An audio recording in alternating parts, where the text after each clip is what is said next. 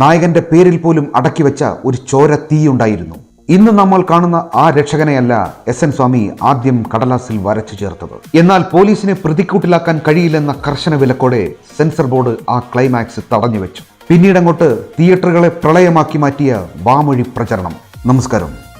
1980കളുടെ അവസാനത്തിൽ മലയാള ചലച്ചിത്ര ലോകത്തെ യാഥാസ്ഥിതിക സമവാക്യങ്ങളെ പാടെ തകർത്തെറിഞ്ഞ ഒരു നിഴൽ യുദ്ധം പിറവിയെടുത്തു.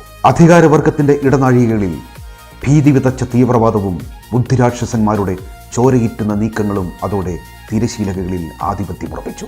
ഹോസ്റ്റേജ് വിപ്ലവത്തിന്റെ പാശ്ചാത്യ ശൈലിയെ മലയാള പ്രേക്ഷകന്റെ ഞരമ്പുകളിലേക്ക് പ്രവഹിപ്പിച്ച ദൃശ്യവിപ്ലവത്തിന്റെ പേരായിരുന്നു മൂന്നാം മുറ. സാധാരണ സംഘടനകളോ തെരുവ് യുദ്ധങ്ങളോ ആയിരുന്നില്ല കെ മധുവിന് വേണ്ടിയിരുന്നത്. മോഹൻലാൽ എന്ന നടന്റെ പ്രഹരശേഷിയെ ബുദ്ധിപരമായ നീക്കങ്ങൾ കൊണ്ട് ഉന്നതിയിലെത്തിക്കുക എന്നതായിരുന്നു ലക്ഷ്യം. ഡൈഹാർഡ് നൽകിയ ചോരച്ചൂടിൽ തിരക്കഥാകൃത്ത് SN സ്വാമി വിദേശ സിനിമകളുടെ ഹോസ്റ്റേജ് ആൻഡ് റെസ്ക്യൂ പ്രമേയം മലയാളത്തിലേക്ക് കടത്തിവിട്ടു.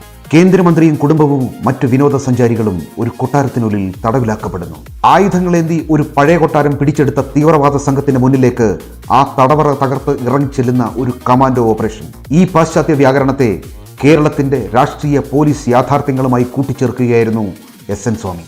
നായകന്റെ പേരിൽ പോലും അടക്കിവെച്ച ഒരു ചോര തീയുണ്ടായിരുന്നു. ഒരു CBI ഡയറിക്കുറിപ്പ് എഴുതപ്പെടുമ്പോൾ ആ CBI ഉദ്യോഗസ്ഥന്റെ കുപ്പായത്തിനു വേണ്ടി കരുതിവെച്ച പേരായിരുന്നു അലി ഇമ്രാൻ. എന്നാൽ ആ കഥാപാത്രത്തിന് ഒരു തമിഴ് ബ്രാഹ്മണ പശ്ചാത്തലം വേണമെന്ന് മമ്മൂട്ടി ഉറപ്പിച്ച് പറഞ്ഞതോടെ അവിടെ സേതുരാമയ്യർ ജന്മമെടുത്തു. പക്ഷേ SN സ്വാമി ഉപേക്ഷിക്കാൻ തയ്യാറാകാതിരുന്ന ആ വീര്യം കൂടിയ പേര് പിന്നീട് മോഹൻലാൽ എന്ന നടന്റെ മാസ് ഇമേജിന്റെ നട്ടെല്ലായി വെച്ചു കെട്ടുകയായിരുന്നു.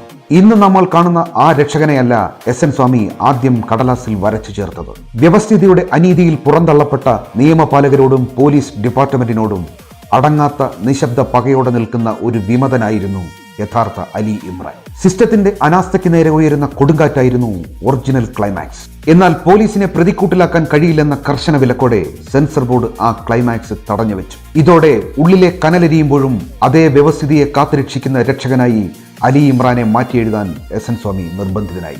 1988 നവംബർ 9 തിയേറ്ററുകൾ തുറക്കുമ്പോൾ യാതൊരു കോലാഹലങ്ങളുമില്ലാതെ നിശബ്ദമായിട്ടായിരുന്നു ആ കടന്നുവരവ്. ആദ്യ ദിനങ്ങളിൽ തണുത്തുറഞ്ഞ പ്രതികരണം.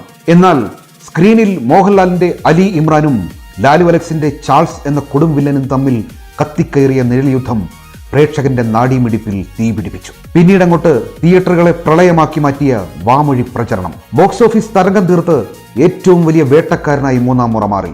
സാങ്കേതിക തികവിലും മേക്കിങ്ങിലും മലയാള സിനിമയ്ക്ക് പുതിയ ദിശാബോധം നൽകിയ ആക്ഷൻ ക്ലാസിക് ചിത്രമായിരുന്നു ഇത്.